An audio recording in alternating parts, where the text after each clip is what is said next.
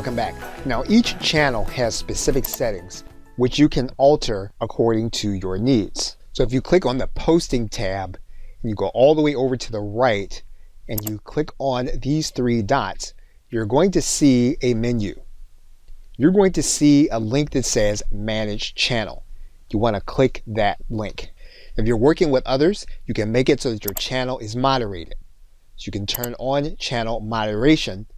What you can do is you can assign other individuals to moderate and to have control over the channel. And we can click the link and add that individual here. It's also here that we can determine and control the other permissions from team members. So for example, we can allow members to manage and reply to channel messages or disallow it. We can allow bots to submit channel messages. We can allow connectors to submit channel messages. And we have control over all of these features here in the channel settings. We also have channel analytics available to us. And we can determine how engaged individuals are in working with the content inside of our team. And since this is broken down on the channel level, you'll have a good idea of who is working with the content and who isn't. What we can also do is we can link directly to the channel.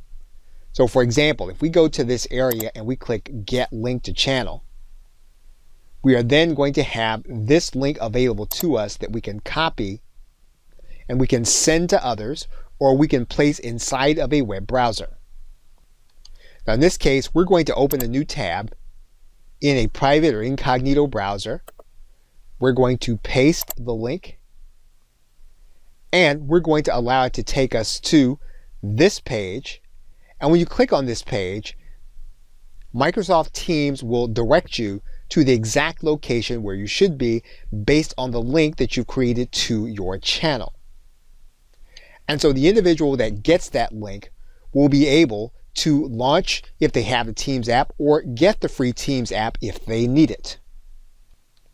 And so all you'd have to do to invite someone to become part of your team is to grab the link and to send it to them and to allow them to join Microsoft Teams and access your team content. Okay, so with that, thanks, and I will see you in another video.